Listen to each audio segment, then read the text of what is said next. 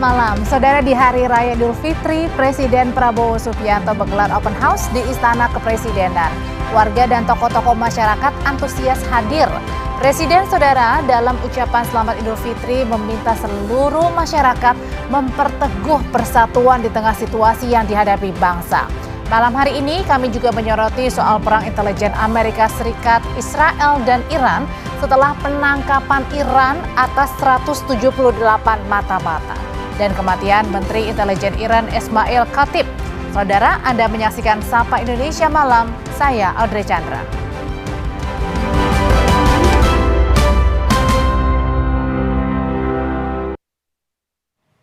Saudara, Presiden Prabowo Subianto menyapa masyarakat dalam momentum Idul Fitri saat open house di Istana Kepresidenan Jakarta.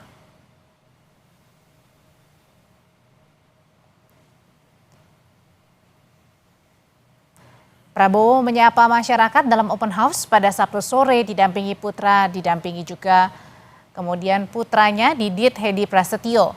Wakil Presiden Gibran Rakabuming juga hadir dalam open house bersama istrinya.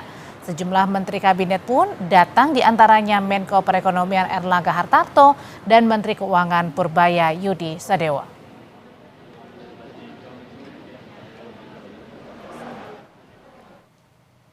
Di hari pertama Idul Fitri, Presiden Prabowo juga menyambut kedatangan Presiden ke-6 Republik Indonesia, Susilo Bambang Yudhoyono di Istana. Kedatangan SBY disambut hangat Prabowo di Istana. Kedatangan SBY adalah untuk halal bihalal Lebaran dan juga silaturahmi. SBY datang bersama anak serta cucunya termasuk Agus Harimurti Yudhoyono yang sekaligus menjabat sebagai Menteri Koordinator Bidang Infrastruktur dan Pembangunan Kewilayahan.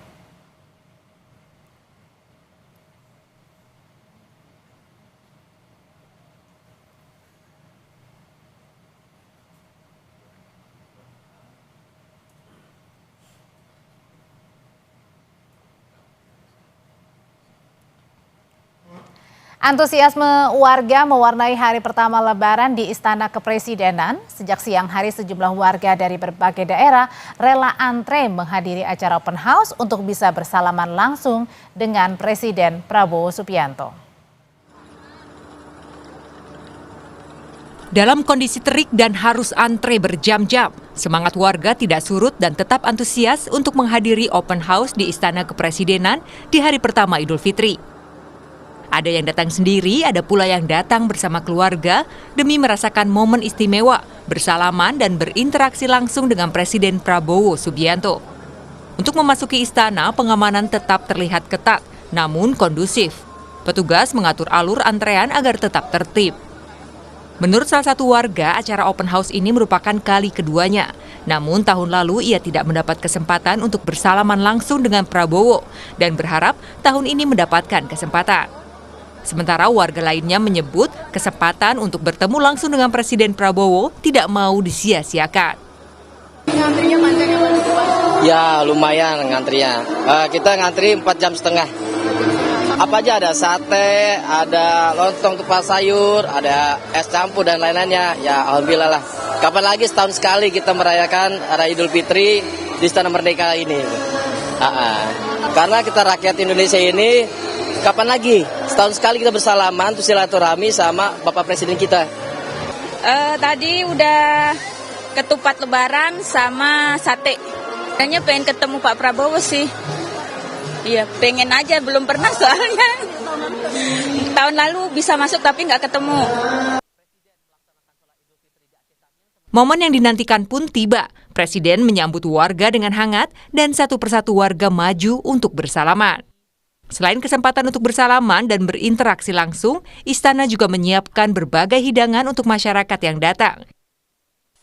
Sejumlah menu khas Lebaran tersaji, mulai dari opor, kue tradisional, dan lainnya.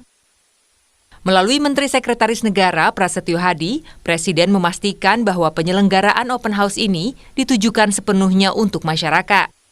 Kurang lebih 4.000-an lah, 4.000 sampai 5.000. Memang kita tidak membatasi atau tidak mengorganize sebagaimana acara biasanya, misalnya seperti acara 17 Agustus. Jadi kita berikan kesempatan kepada masyarakat yang ingin hadir sukarela dipersilahkan gitu. Sepanjang masih memungkinkan, kami persilahkan untuk ikut masuk ke dalam lingkungan Istana Merdeka. Sebagaimana kami juga disampaikan melalui surat edaran bahwa kita dihimbau para pejabat pemerintah, kementerian dan lembaga untuk mengurangi kegiatan-kegiatan open house dan halal bihalal, karena sebagaimana kita ketahui bersama masih banyak saudara-saudara kita yang di berbagai daerah yang masih mengalami kesulitan-kesulitan. Oleh karena itulah Bapak Presiden memilih untuk memprioritaskan kepada masyarakat umum. Warga yang datang juga dibagikan bingkisan dari pihak istana dan dihibur dengan musik yang dimainkan langsung di area tunggu pengunjung. Tim Liputan Kompas TV. Anda lihat di layar kaca. Kondisinya Duta Besar Republik Islam Iran untuk Indonesia Muhammad Barojardi halal bihalal ke rumah Presiden kelima RI Megawati Soekarno Putri di Menteng, Jakarta Pusat.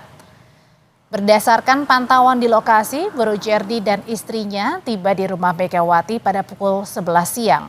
Belum sempat masuk ke rumah Mega, Barojardi diarahkan ikut acara halal bihalal yang akan diadakan di kantor DPP PDI Perjuangan. Ketika Barojardi tiba di depan gerbang, mobil patwal sudah bersiap mengantar Megawati menuju DPP. Alhasil, mobil Dubes Iran ini pun bergerak menuju kantor DPP PDI Perjuangan. Selain Dubes Iran, Megawati juga menerima kunjungan Dubes Rusia, Inggris, dan Palestina.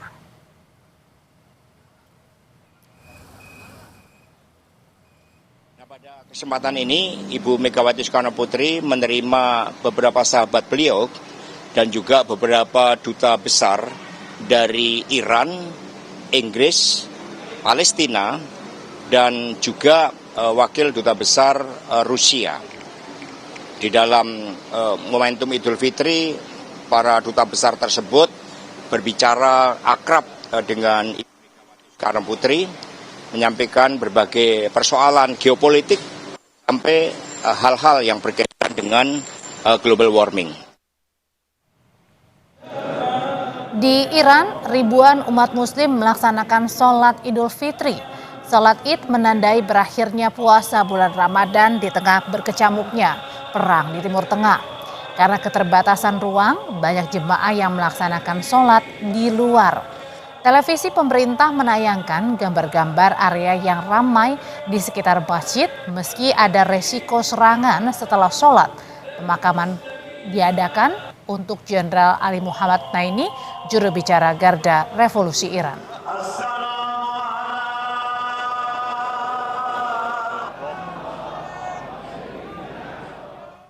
Di antara reruntuhan dan bangunan masjid yang hancur, warga di Gaza, Palestina, saudara, berkumpul melaksanakan sholat Idul Fitri bersama.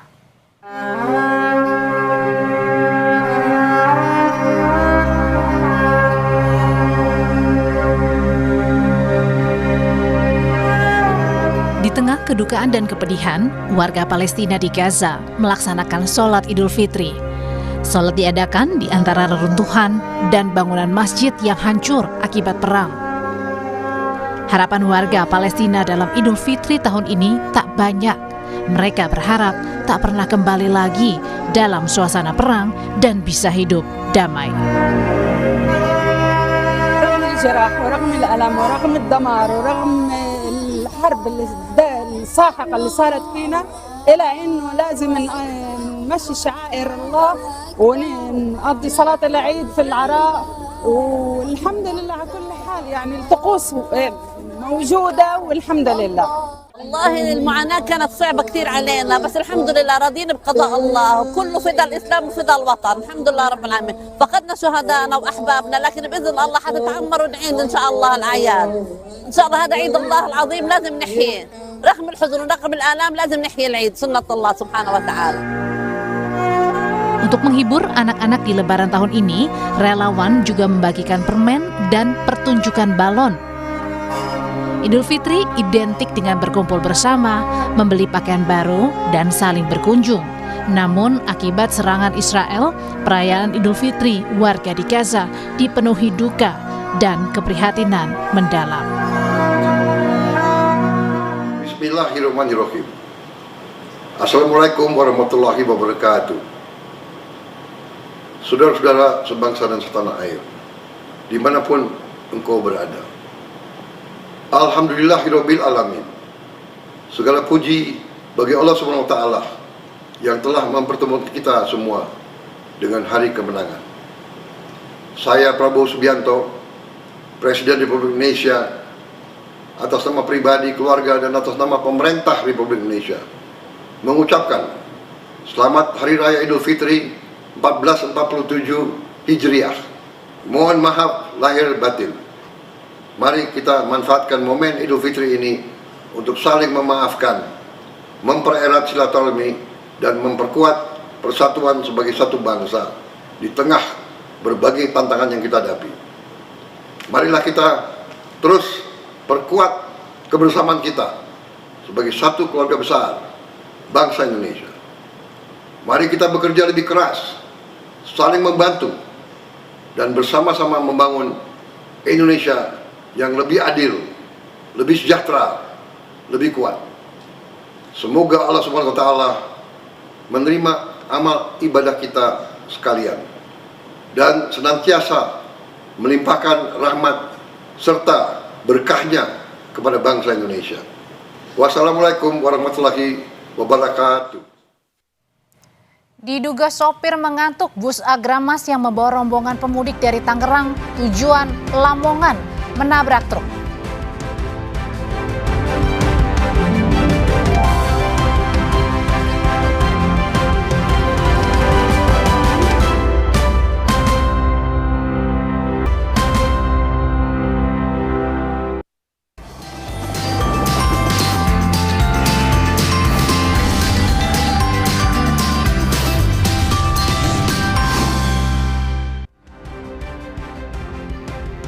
Saudara, diduga sopir mengantuk, bus Agramas yang membawa rombongan pemudik dari Tangerang tujuan Lamongan menabrak truk.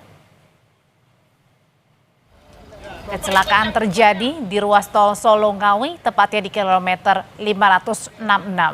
Bus Agramas yang membawa 26 orang rombongan pemudik ini datang dari Tangerang, tujuan Lamongan ringsek di bagian depan setelah menghantam truk bermuatan bawang terguling.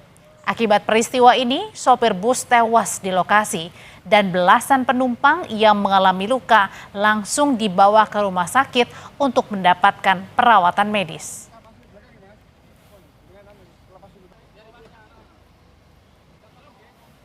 Mobil truk semula mobil truk berhenti dalam pengecekan kendaraan, kemudian ditabrak sama bis Agramas, kemudian terguling di TKP 566 700.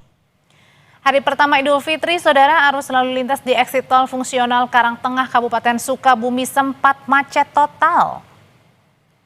Antrean kendaraan sempat mengular hingga mencapai 10 km dari tol fungsional Karangtengah, alternatif Karangtengah, dan Jalan Nasional Karangtengah menuju kota Sukabumi. Polisi pun sempat memberlakukan rekayasa lalu lintas mengurai kemacetan. Kemacetan terjadi akibat peningkatan kendaraan yang akan pergi ke objek wisata dan imbas jalan puncak ditutup.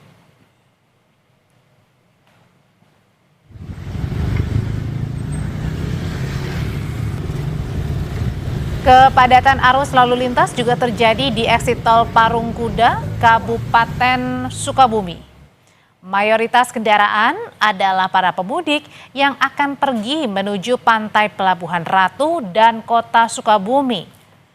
Titik kemacetan terjadi karena adanya penyempitan jalan di jalur arteri nasional dari 3 lajur menjadi 1 lajur.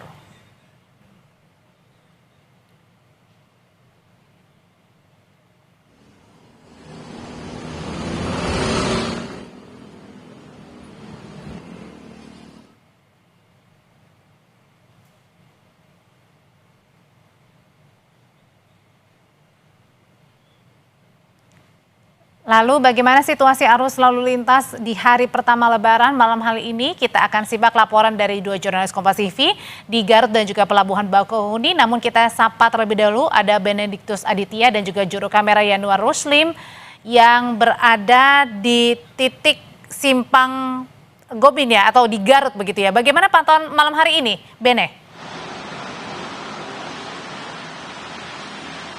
Ya, Audrey dan juga saudara, memang untuk pantauan pada malam hari ini di daerah Garut, kondisi jalan arteri dari arah Bandung menuju ke arah Garut ini terpantau lancar begitu ya. Sementara untuk kondisi di pusat kotanya sendiri ini memang terpantau ramai, di mana ini juga sesuai prediksi pihak kepolisian untuk puncak arus mudiknya ini telah terjadi pada tanggal 18 dan juga 19 Maret kemarin, di mana untuk hari ini juga masyarakat memang diprediksikan sudah sampai di tempat tujuan dan melakukan sholat id bersama keluarga begitu ya.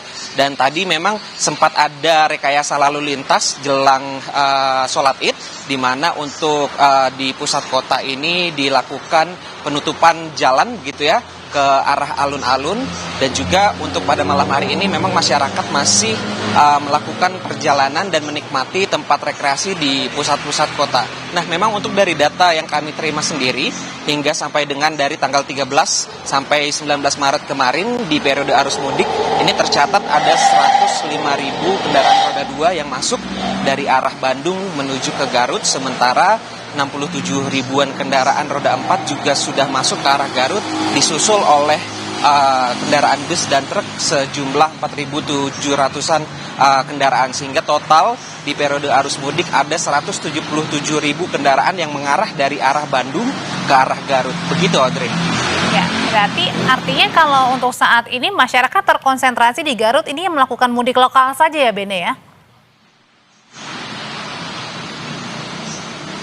Ya, Audrey dan juga saudara, memang untuk masyarakat sendiri di kota Garut ini masih terfokus atau terkonsentrasi oleh masyarakat yang melakukan mudik lokal begitu ya, ataupun perjalanan singkat ataupun pendek dari antar wilayah Kabupaten Bandung menuju ke arah Garut. Nah, tentunya situasi ini diprediksi akan terjadi selama 2 hari ke depan, di Hari Raya Idul Fitri hari ini dan juga esok hari. Nah, untuk prediksinya memang di hari ketiga ini masyarakat mulai menghabiskan waktu berlibur bersama keluarga, karena kita ketahui juga di Garut memang terdapat banyak objek-objek wisata yang bisa dipilih masyarakat begitu ya untuk menghabiskan waktu luang bersama keluarga, di mana juga di Garut ini ada objek wisata seperti Talaga Bodas, ataupun para pemudik atau masyarakat yang ingin menghabiskan waktu ke arah pantai selatan juga ini bisa melalui Garut, sehingga memang diimbau kepada masyarakat yang akan melakukan perjalanan menuju objek-objek wisata di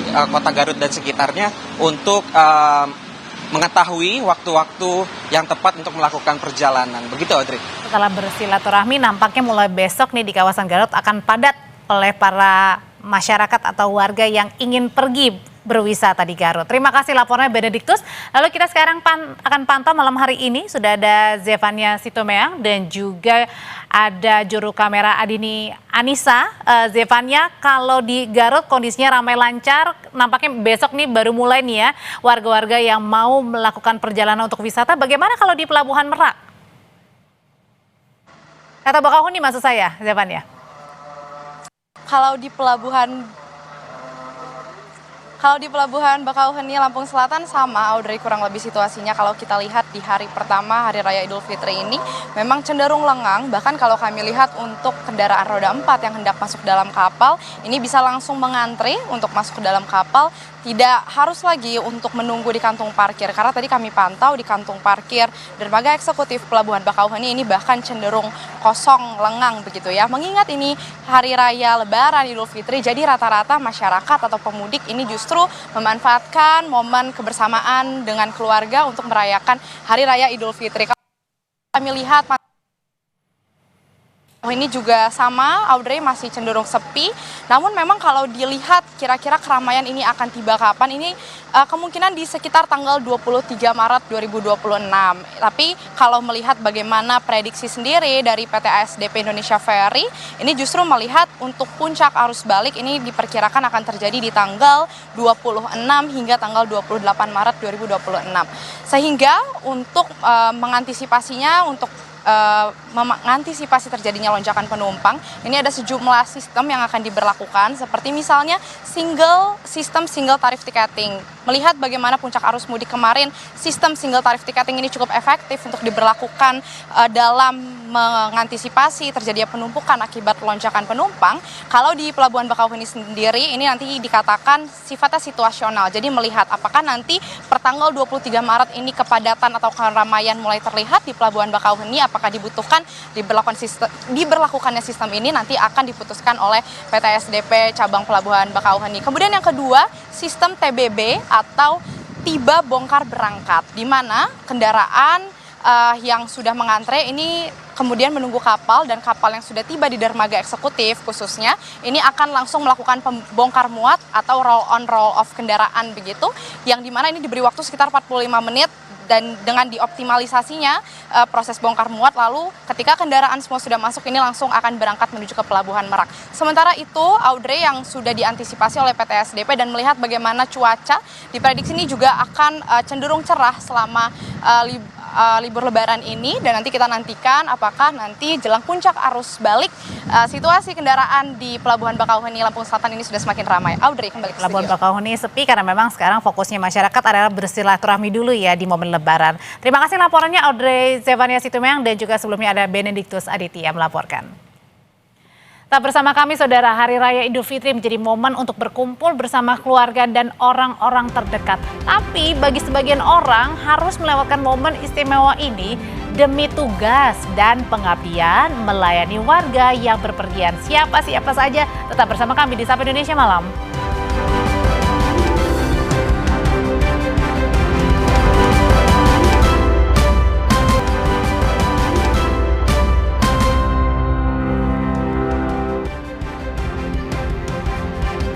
Di hari pertama Idul Fitri, arus lalu lintas Kota Purwakarta, Jawa Barat ramai lancar Sabtu malam.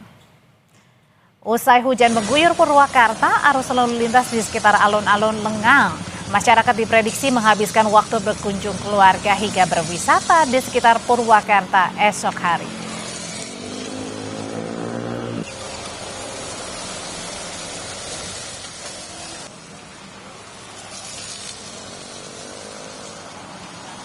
Sekarang kita pantau situasi di Purwakarta, Jawa Barat. Sudah bersiap dengan laporannya jurnalis Kompas TV Eril Wiranata dan juru kamera Alfa Farid. Eril, sebenarnya pusat keramaian warga di sana seperti apa? Kira-kira persiapan untuk menyambut arus mudik lokal di sana juga seperti apa, Eril?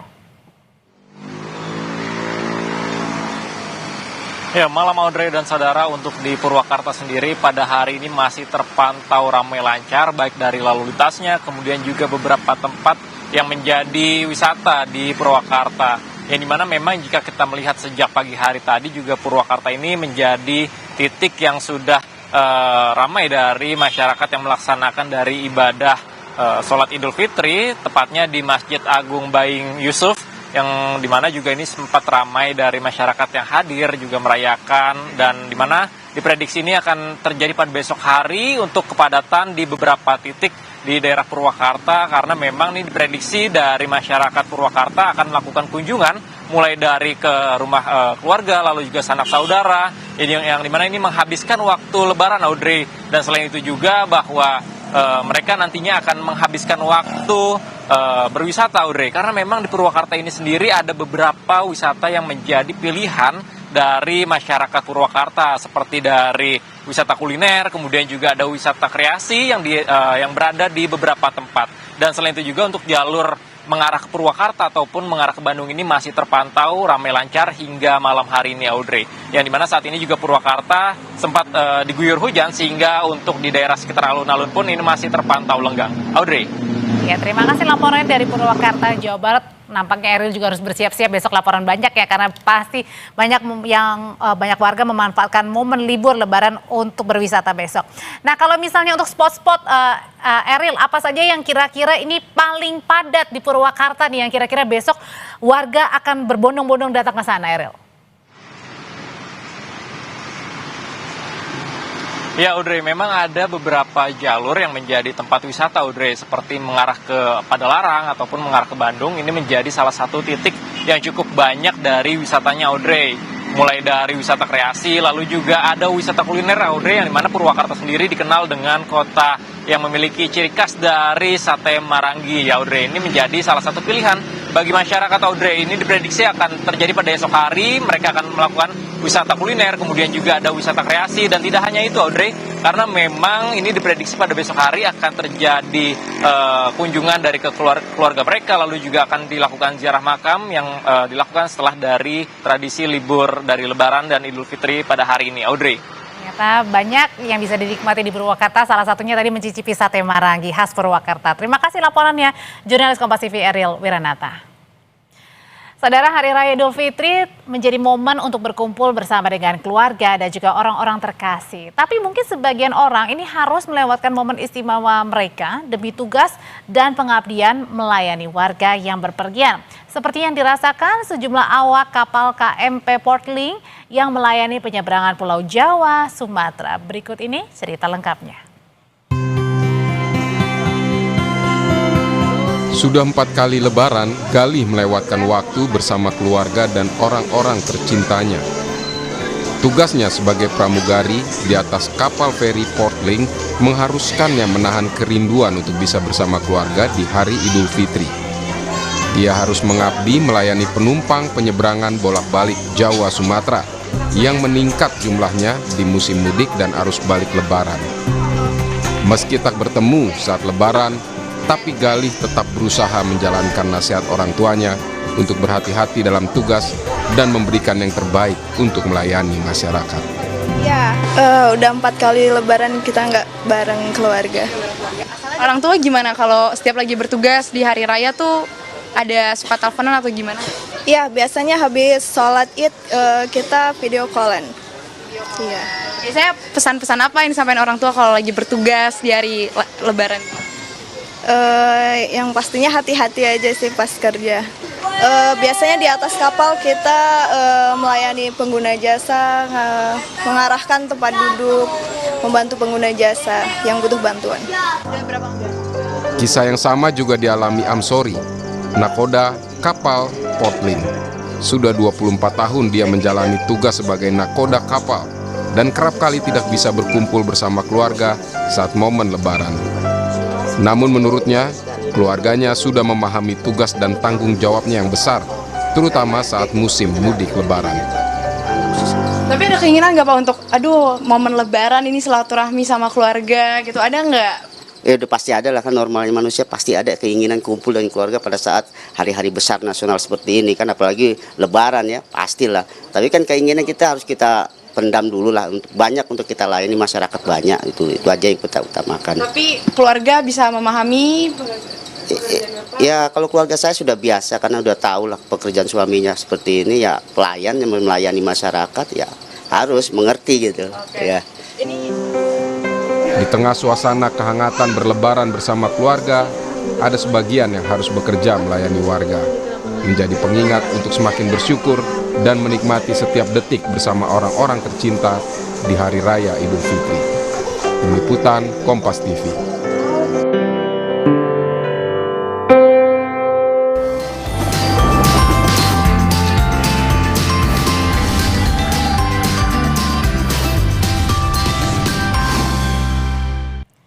Saudara, Iran kembali meluncurkan serangan rudal gelombang 70 ke sejumlah wilayah Israel dan fasilitas Amerika Serikat di Timur Tengah.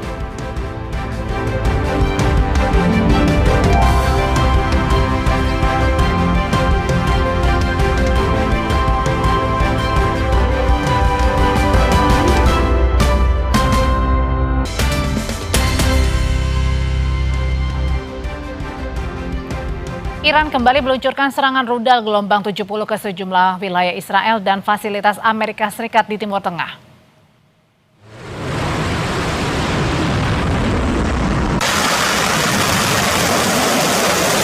Garda Revolusi Iran menyebut gempuran mereka telah memicu ledakan dan kebakaran di lebih dari 55 lokasi di Israel dan fasilitas militer Amerika Serikat.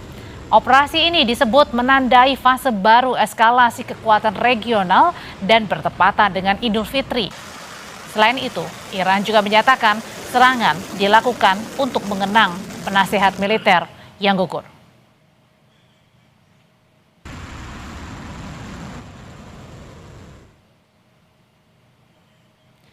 Sebuah kebakaran besar hingga memuntahkan asap hitam ke langit menimpa sebuah fasilitas diplomatik AS dekat Bandara Baghdad, Irak, Jumat waktu setempat. Sumber keamanan Irak mengatakan kebakaran terjadi setelah serangan drone kembali menargetkan fasilitas Amerika Serikat. Kelompok militan pro-Iran Ashab al-Khalf mengaku bertanggung jawab atas serangan terhadap fasilitas diplomatik Amerika Serikat dalam sebuah pernyataan.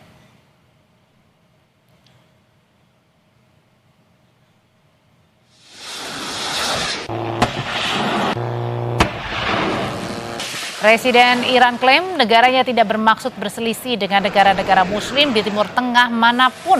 Hal ini disampaikan menanggapi rudal Iran yang menyasar situs-situs energi sejumlah negara tetangga di Teluk Arab. Ia meminta negara di Timur Tengah dapat saling membangun kepercayaan dan tidak terjebak dalam perangkap tipuan Amerika Serikat dan Israel yang menyebut Iran sedang mengembangkan senjata nuklir. به یک نگاه و به یک باور جدیدی برسیم. این دو تا کنار هم قرار گرفته. در این باور ما بعد از نماز دعا می‌خوندیم. خدایا هر فقیری رو غنی کن. هر گرسنه‌ای رو سیر کن. هر گرفتاری رو گرفتاریش رو. Sementara Presiden Amerika Serikat Donald Trump sedang mempertimbangkan mengakhiri operasi militer terhadap Iran, tapi menolak gencatan senjata. Pernyataan disampaikan Trump dalam sebuah unggahan di Truth Social, sekaligus menjadi sinyal kuat terkait dengan kemungkinan berakhirnya perang Iran.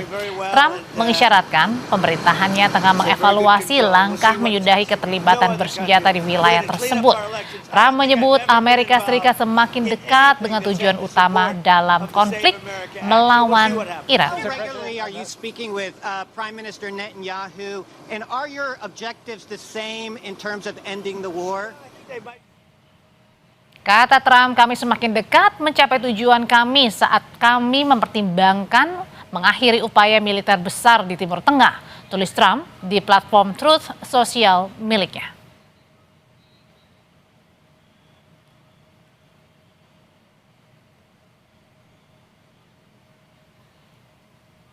Iran mengumumkan penangkapan 178 mata-mata dan tentara bayaran AS Israel yang terlibat sejak awal perang. Dalam pernyataan yang dikutip dari kantor berita IRNA, Garda Revolusi Iran mengatakan mata-mata yang ditangkap berperan mengirimkan lokasi pusat dan mengirimkan gambar titik-titik sensitif yang telah diserang kepada Dinas Intelijen Amerika dan Israel.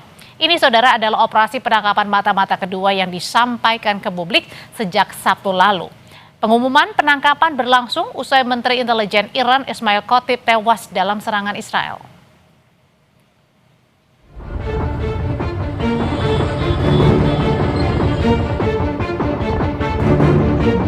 Presiden Iran Masoud Pezeshkian mengonfirmasi Menteri Intelijen Ismail Khatib tewas dalam konflik dengan Amerika Serikat dan Israel pada Rabu waktu setempat. Melalui unggahan di platform X, Pezeshkian mengecam keras kematian tersebut sebagai pembunuhan pengecut. Ia juga menyampaikan duka mendalam atas gugurnya sejumlah tokoh penting Iran dalam waktu berdekatan. Ia menambahkan duka tersebut dirasakan seluruh rakyat Iran. Sebelumnya, Menteri Pertahanan Israel, Israel Katz, menyatakan Khatib tewas dalam serangan udara terarah. Ia mengungkapkan bahwa dirinya bersama Perdana Menteri Benjamin Netanyahu telah memberikan otorisasi tetap kepada militer Israel untuk menghabisi pejabat tinggi Iran lainnya tanpa perlu persetujuan tambahan. מנהיג איראן בפועל לריג'ני וראש ארגון רצח בעם, הבסיג' סולימני, חוסל הלילה גם שר המודיעין האיראני חטיב. ראש הממשלה בנימין נתניהו ואני הסמכנו את צה"ל לסכל כל בכיר איראני שנסגר עליו מעגל מודיעיני ומבצעי ללא צורך בקבלת אישור נוסף. נמשיך לסכל ולצוד את כולם. Kematian Ismail Khatib menambah daftar panjang pejabat Iran yang tewas dalam waktu singkat. Selain Khatib, Kepala Keamanan Iran Ali Larijani juga dilaporkan tewas sehari sebelumnya. Komandan Basij Gholam Reza Soleimani turut menjadi korban dalam serangan di Teheran. Sementara itu, Menteri Pertahanan Aziz Nasirzadeh disebut tewas dalam gelombang serangan awal oleh Amerika Serikat dan Israel. Iran menangkap 178 mata-mata AS Israel, lalu apakah ini akan bisa mempengaruhi secara signifikan kemampuan Israel Amerika memburu para tokoh-tokoh penting di Iran setelah sebelumnya Menteri Intelijen Iran Ismail Khatib dibunuh? Kita akan membahasnya malam hari ini bersama dengan Direktur Indonesia Intelligence Institute, Ridwan Habib. Selamat malam Mas Ridwan. Selamat malam, Audrey. Mas, ini kan hampir 200 mata-mata AS Israel yang berada di Iran kemudian ditangkap ya oleh Iran. Apakah ini kemudian memengaruhi begitu untuk mata-mata AS dan juga Israel di Iran? Ya, tentu saja ya, karena memang operasi-operasi counter intelijen sedang dilakukan oleh VEFAK atau Kementerian Intelijen Iran, terutama setelah Ismail Khatib, Menteri Intelijennya terbunuh ya, tewas diserang oleh Israel. Memang selama ini Audrey diduga kuat ada mall atau mata-mata atau spy yang berada di dalam tubuh tentara Iran yang kemudian dia memberikan titik-titik lokasi di mana para pimpinannya berada, dan ini yang membuat beberapa figur-figur itu berhasil diserang oleh Israel. Tetapi memang seiring dengan operasi penangkapan spy atau mall atau mata-mata ini, di sisi para pemimpin itu sebenarnya memang tidak ada ketakutan untuk mati ya Audrey ya, karena bagi mereka kematian itu adalah satu hal yang mulia, itu yang mereka tunggu-tunggu. Jadi misalnya Ali Larijani, Sekretaris Dewan Keamanan Iran yang baru saja diserang oleh Israel, itu dia dengan santainya tetap hadir di acara di rumah putrinya. Mas Ridwan, tapi kemudian tapi akan mempengaruhi nggak kemampuan AS dan juga Israel untuk memata-matai pergerakan Iran, pemimpin tertingginya di sana, memburu orang-orang penting di Iran dengan ditangkapnya tadi hampir 200 mata-mata? Ya tentu. Ini kan saling adu kemampuan ya, yang sekarang sedang dilakukan oleh VEFAK atau Badan Intelijen Iran itu melakukan counter spy. Memang Audrey, mereka ini kan diiming-imingi ya. Kalau teori penggalangan intelijen itu namanya MICE, M-I-C-E. Jadi mereka diiming-imingi dengan money, dengan uang, kemudian dengan intention, dengan coercion, dengan pemaksaan, dan biasanya dengan ego mereka kemudian dipancing atau dipuji-puji oleh Israel sehingga mereka mau berkhianat. Tetapi saya kira penangkapan ini pasti akan berlanjut ya, tidak hanya 178 ini, dan dibandingkan dengan kekuatan militer Iran yang kekuatan aktifnya hampir 1 juta tentara aktif, saya kira 178 ya kecil sekali lah dibandingkan dengan kemampuan gelar pasukan militer Iran yang sebegitu besar. Tapi dengan ditangkapnya hampir 200 mata-mata atau spy ini, kemudian apakah ini juga menjadi salah satu alasan begitu bagi Trump untuk mempertimbangkan mengakhiri perang di Iran?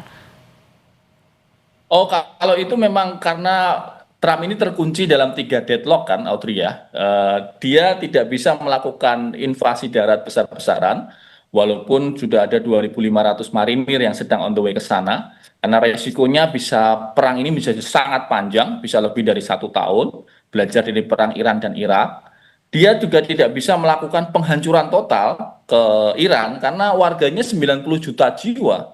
Luasnya 1/4 Amerika, negara ini besar sekali, sehingga nggak mungkin dibunuh semua warganya, nggak mungkin. Kalau Trump mau negosiasi, ternyata dari si pihak Iran tidak mau negosiasi kan, tidak memberikan term untuk negosiasi. Jadi ya satu-satunya opsi bagi Trump adalah withdrawal atau menarik mundur pasukan, dan ini efeknya pasti memalukan buat dia di dalam negeri ya, dan tentu saja akan berimbas pada pemilihan umum di Kongres kira-kira 2 bulan lagi, dan kalau itu terjadi saya kira Trump bisa masuk impeachment atau digulingkan. Nah, oke, tapi ini balik lagi ke mata-mata yang ditangkap ini, apakah juga kemudian ke depannya mempersulit lagi bagi Amerika dan juga Israel untuk membidik tokoh-tokoh penting dan target militer mereka ini? Ya, Israel akan terus berusaha mencari cara ya. Mereka ini Mossad ini kan keahliannya memang mencari spy, mencari mall, merekrut orang untuk berkhianat. bagaimanapun caranya, walaupun sudah tertangkap 178, mereka akan terus mencari cara. Salah satunya dengan iming-iming sejumlah uang, kemudian dia menghack aplikasi-aplikasi yang ada di Iran. Tetapi kita meyakini bahwa mayoritas Iran, mayoritas warga Iran maupun militer Iran pasti tidak akan mudah tergiur. Ini buktinya ya 178 dibandingkan 1 juta tentara kan ya kecil sekali lah. Spy ini sebenarnya Mas Ridwan tangkap ini atau yang dapatkan informasinya apakah mata-mata ini warga negara asing semua atau jangan-jangan ada warga dalam negeri juga nih atau Iran? Ada beberapa yang memang warga asing ya, ada beberapa warga asing misalnya warga-warga di sekitar wilayah Iran yang memang masuk ke situ sebagai pendatang. Tapi ada juga yang memang warga Iran asli, dia berkewarganegaraan Iran tapi kemudian berkhianat ya tadi dengan iming-iming tadi money, uang, kemudian coercion, pemaksaan atau ego tadi. Oke, Mas, dengan tadi ditangkapnya hampir 200 mata-mata, kemudian juga Trump mengindikasikan bahwa akan mempertimbangkan mengakhiri perang, apakah hal ini merupakan upaya baru bisa menengahi jalannya perang atau menyudahi jalannya perang? Ya kalau Iran menyetujui atau memahami alasan Trump untuk menarik mundur, kan Iran ini kan belum menyetujui ya. Iran ini punya satu semacam bargain. Boleh saja Amerika mengatakan mereka mau menghentikan perang, tetapi harus mengganti rugi semua kerugian perang itu kepada Iran dan mereka harus berjanji tidak akan menyerang lagi ya, melakukan serangan lagi. Ya. Ini sebuah kemenangan besar bagi Iran di kawasan dan justru akan sangat menakutkan bagi negara-negara teluk tetangga-tetangga Iran karena dengan demikian mewujudkan bahwa dominasi Iran itu luar biasa. Dia bisa mengalahkan Amerika dalam tanda petik. Dia bisa memaksa Amerika mundur, memaksa Israel menghentikan serangan. Jadi negara Iran menjadi negara besar yang saya kira juga pasti negara-negara teluk akan khawatir dan cemas. Berarti artinya ini juga mengubah kemampuan dari Presiden Trump yang selalu memuji dirinya dan juga Amerika bahwa mereka unggul, mereka menang. Ini juga jangan-jangan bisa menjadi satu kunci juga bahwa Iran lah yang menang saat ini. Ya secara fakta kan Audrey, begitu misalnya Presiden Trump itu jumpa pers, Iran sudah kita hancurkan, drone-nya sudah kita hancurkan, rudalnya kita hancurkan. 2 jam setelah jumpa pers, drone-nya meluncur lagi Audrey, rudalnya meluncur lagi. Bahkan hari ini kan ada rudal yang sampai 4.000 km. Intermediate artinya apa itu, Mas? Ya artinya sama sekali gagal taktik-taktik tempur Amerika ternyata tidak bisa menyurutkan strategi militer maupun sumber daya amunisi militer Iran. 21 hari digempur ternyata malah punya rudal yang bisa 4.000 km. Ini kan menunjukkan bahwa negara ini tidak mudah untuk ditaklukkan, Audrey. Artinya unpredictable juga ya siasat dari Trump sendiri ya? Ya tampaknya Trump ini selalu terjebak dalam retorika ya. Barangkali penasehatnya atau ring satunya ya, para pembisiknya inilah yang di sekelilingnya itu mensuplai informasi yang salah. Sehingga kemudian dia juga mengambil sikap yang salah. Oke, Mas, kalau gitu ketika Trump sudah menginisiasikan akan mengakhiri perang, kemudian salah satunya juga, tapi di sisi lain Iran juga siap untuk menghentikan, tapi dengan cara-cara tertentu. Nah, kira-kira bagaimana deal-deal yang baik antara Amerika, Israel dan juga Iran untuk menghentikan perang ini sudah? Yang paling tidak ingin menghentikan perang, Audrey, adalah Israel. Karena begitu Trump mengatakan perangnya berhenti, maka artinya Iran punya dominasi di kawasan. Dan itu sangat menakutkan Israel, sangat menakutkan Israel.